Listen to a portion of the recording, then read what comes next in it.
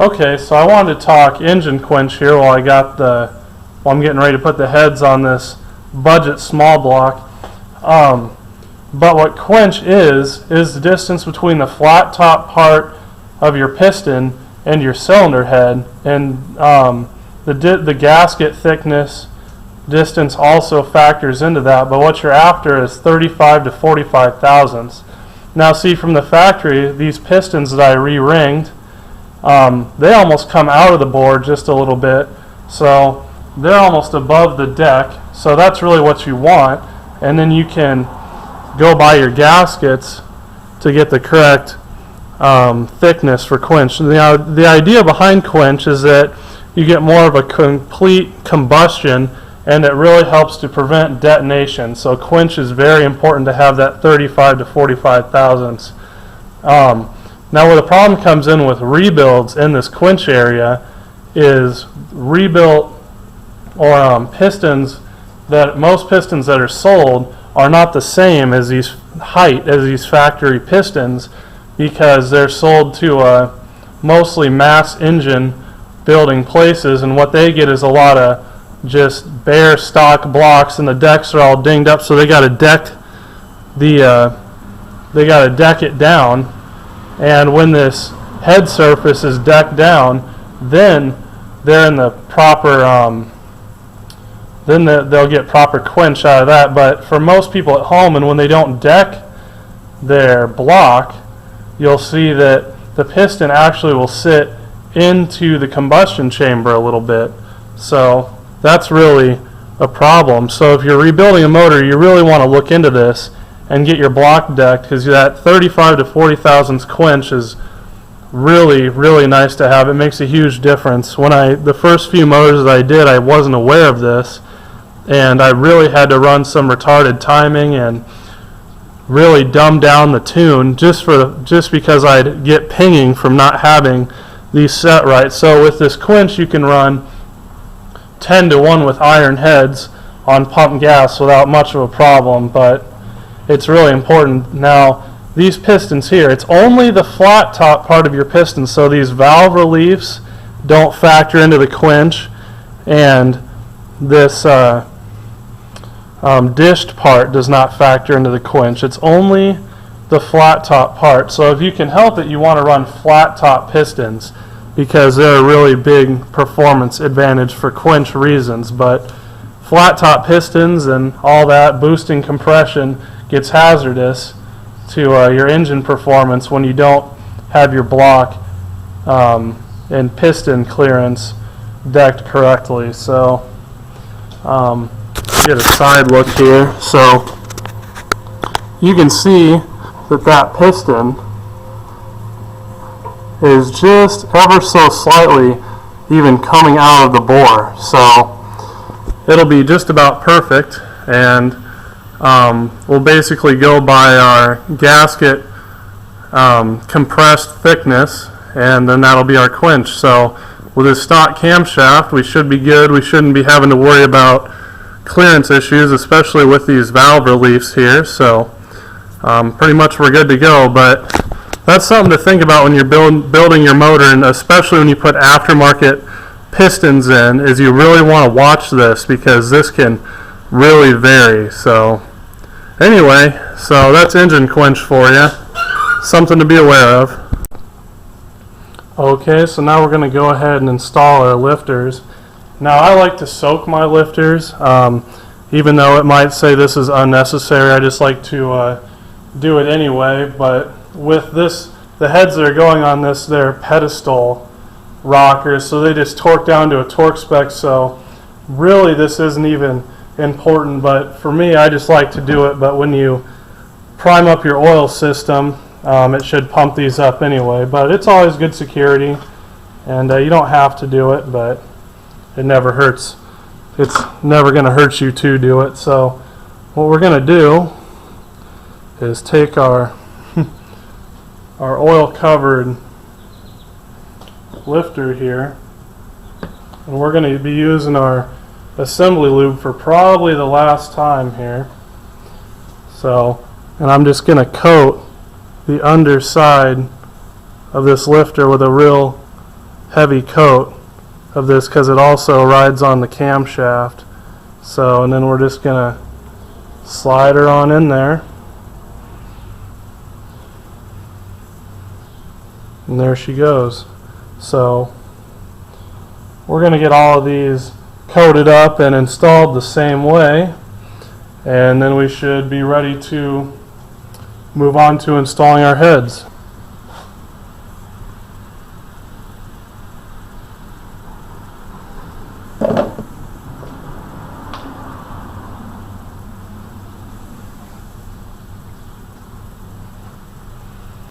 Okay, so now that we got our lifters all in here and pushed all the way down with our high pressure assembly lube on the bottom so they are good for the camshaft break-in, but what I'm going to go ahead and do now is clean all the mating surfaces before we put the head gaskets on. So just going to use a standard carbon choke cleaner and get a nice coating on a rag here and just run around that mating surface and get all of our oil from our greasy fingerprints and everything of that nature off. So that's real important to sealing the head gasket, or any gasket for that matter. So you always want to be sure to do this on all the mating surfaces. Alright, so once you're sure that your gasket mating surface is good and clean, and you want to double check that and make sure you're ready to install your head, you want to make sure that you have your dowel pins in, because if you don't have these, your head will not be centered upright, so you definitely need those. And then the last little bit here is head gaskets are usually side biased, so as you see on these Felpros, they say front, which means the front of the engine, which would be towards the water pump. So we're going to go ahead and lay those on there. So if you're not sure, you shouldn't have any coolant passages showing on the front end of the motor. And then we can just go ahead and get our head set up here. And we want to be careful not to damage the head gasket.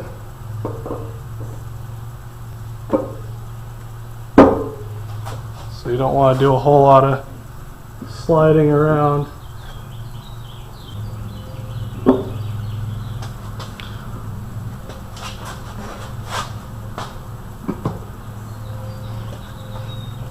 Alright, and there she is, good and seated down.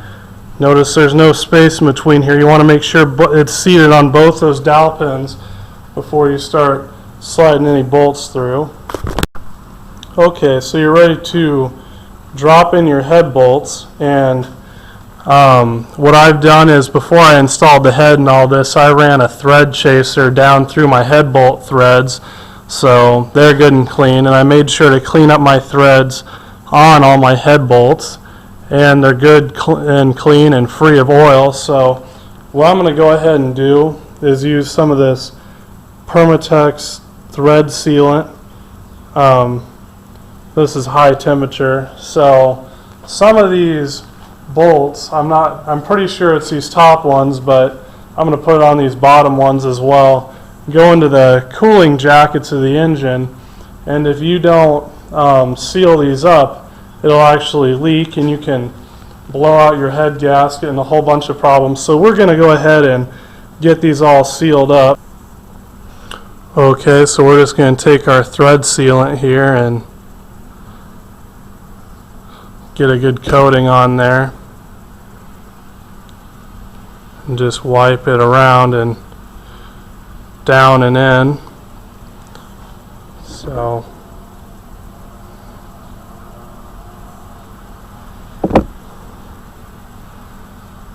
kind of a waxy substance. So we'll just get these all, I'll do all of these the same, drop them in here, and then I'm gonna get them all snugged up before we go on to torquing. So you want to make sure that you use this thread sealant, especially on these top ones here, which I'm almost entirely sure go straight into the cooling system. That's something to be mindful of. So we're just gonna get all these sealed up here and we should be good.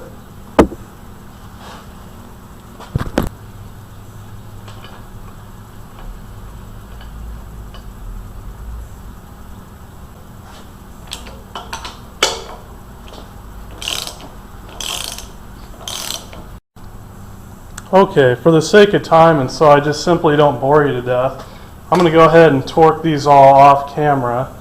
But you want to go in a 3-step process, and the torque spec, I believe, is 70 foot-pounds, cylinder head 70 foot-pounds. So we'll go ahead and I'll post a picture of the pattern that we need to go in to do that. But you want to go in a 3-step process to the 70 foot-pounds, like just basically the same way we've torqued everything else. So, but one thing to look out for with some of these cylinder heads is they have a really close clearance here between this head bolt and the engine head, and you need a 12-point socket that's real slim to get in there and to torque that. So we'll go ahead and get this all torqued down, but that's something to be mindful of. So not like I'm using this socket, but this is just a good example. You want a real thin-walled 12-point to be able to get in here to get that bolt and make sure you're getting it torqued right. So we'll go ahead and get that done.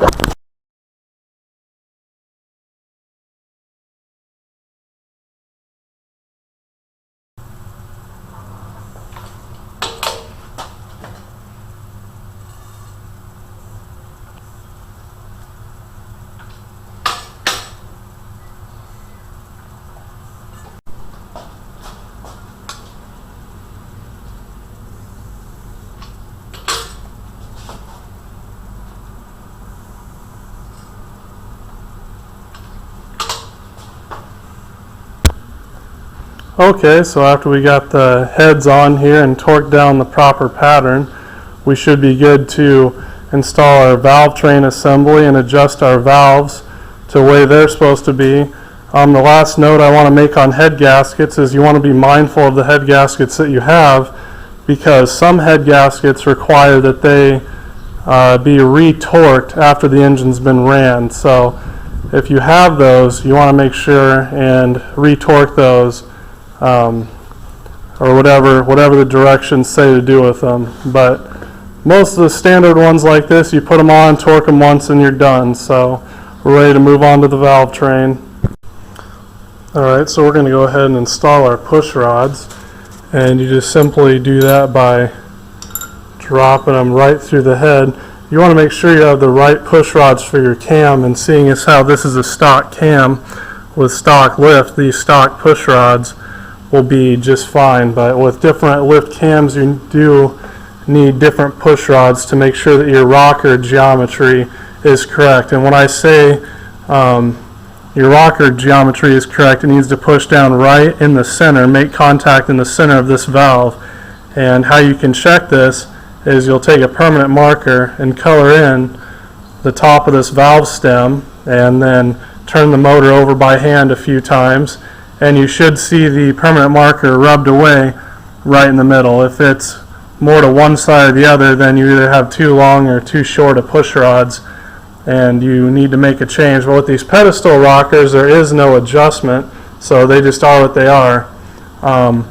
But where you would, with a different cam, you'd have to actually shim these around and mess around with some different stuff there. But with a stock cam, these pedestal rocker heads do just fine. So we'll go ahead and keep dropping our push rods in here. But another thing you want to be mindful of is this is a 91 truck block, so it's actually a roller block. See how it has the provisions here for the spider, and then the dog bones would go on here, and that's why the lifters sit so deep, because the lifter area here is actually for a roller lifter. So naturally it has longer push rods because of this, and these push rods are specific to the truck motors. So you want to be sure that you have the right push rods in there and have the right Valvetrain geometry. So we'll go ahead and get these all dropped in here and keep moving along. Alright, so I was getting my rockers all prepped up here, and I want to make mention of these slots that are in the rockers. You can kind of see them, you can better see them in the pedestal part here, but these slots need to line up with the slots in the rocker, so that's real important. So if you're using these style rockers, you want to look out for that. Okay, so we're going to go ahead and check our valve geometry here. So I took a permanent marker and I've colored in the top of this this valve stem. So I'll go ahead and put this rocker assembly on and turn the motor around a few times and see where we are.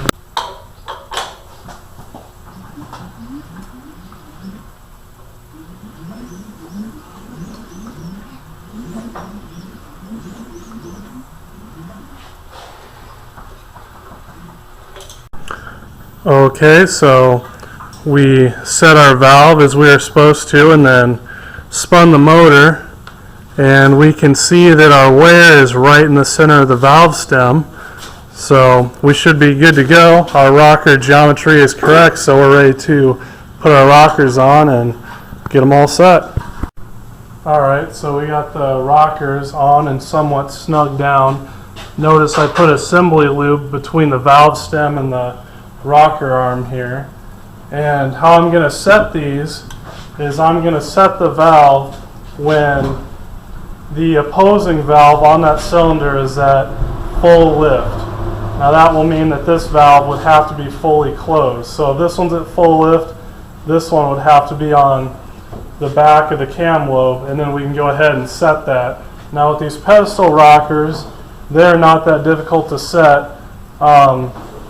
The bolts just need to be torqued to 25 foot-pounds, and that's it. There's nothing more you can do. So if the rocker geometry is all correct, you just torque this down to 25 and you should be good to go. If you really want to check it, which I've already checked, is what you can do is rotate your or move up and down your push rod as you tighten your rocker down, as you snug it down. Once you feel a little bit of drag, stop, and what it should be is it should take somewhere under one full turn from that point to reach 25 foot-pounds. And if it takes, once you have drag on your push rod, just the slightest bit of drag, once it takes that 25 foot-pounds, it should be, as I said, no more than one full turn, 360 degrees with your torque wrench. If it's any more than that, you might have rocker preload issues, so you want to be mindful of that when you're going through. So we're going to go ahead and get to setting these valves. So we'll wait until our exhaust valve is at full lift on cylinder number 1 here. Alright, there it is at its dwell point. So now we can go ahead and set our cylinder number 1 rocker.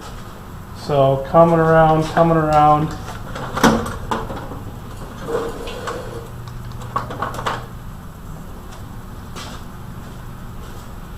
Still looking for that 25 foot-pounds.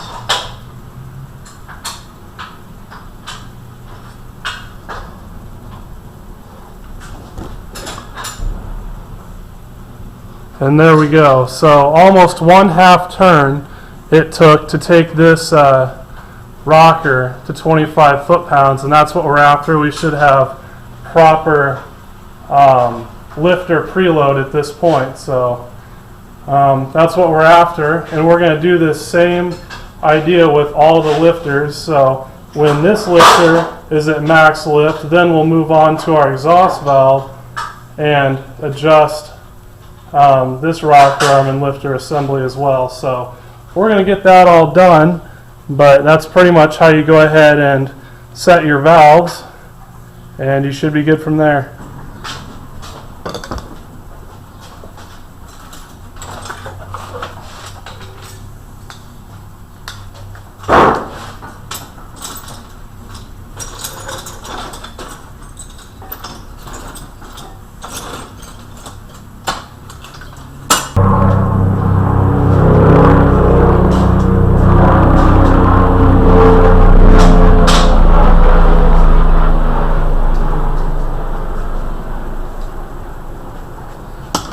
Okay, so at this point your valves are all set.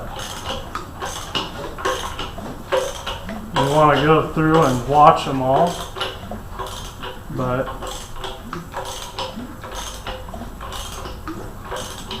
they all appear to be in good shape, so we're all set to move on to paint. Normally you'd put the intake manifold on and then paint, but we have a polished aluminum intake manifold that we don't want to paint, so we'll go ahead and get this all taped off and everything and move on to that point.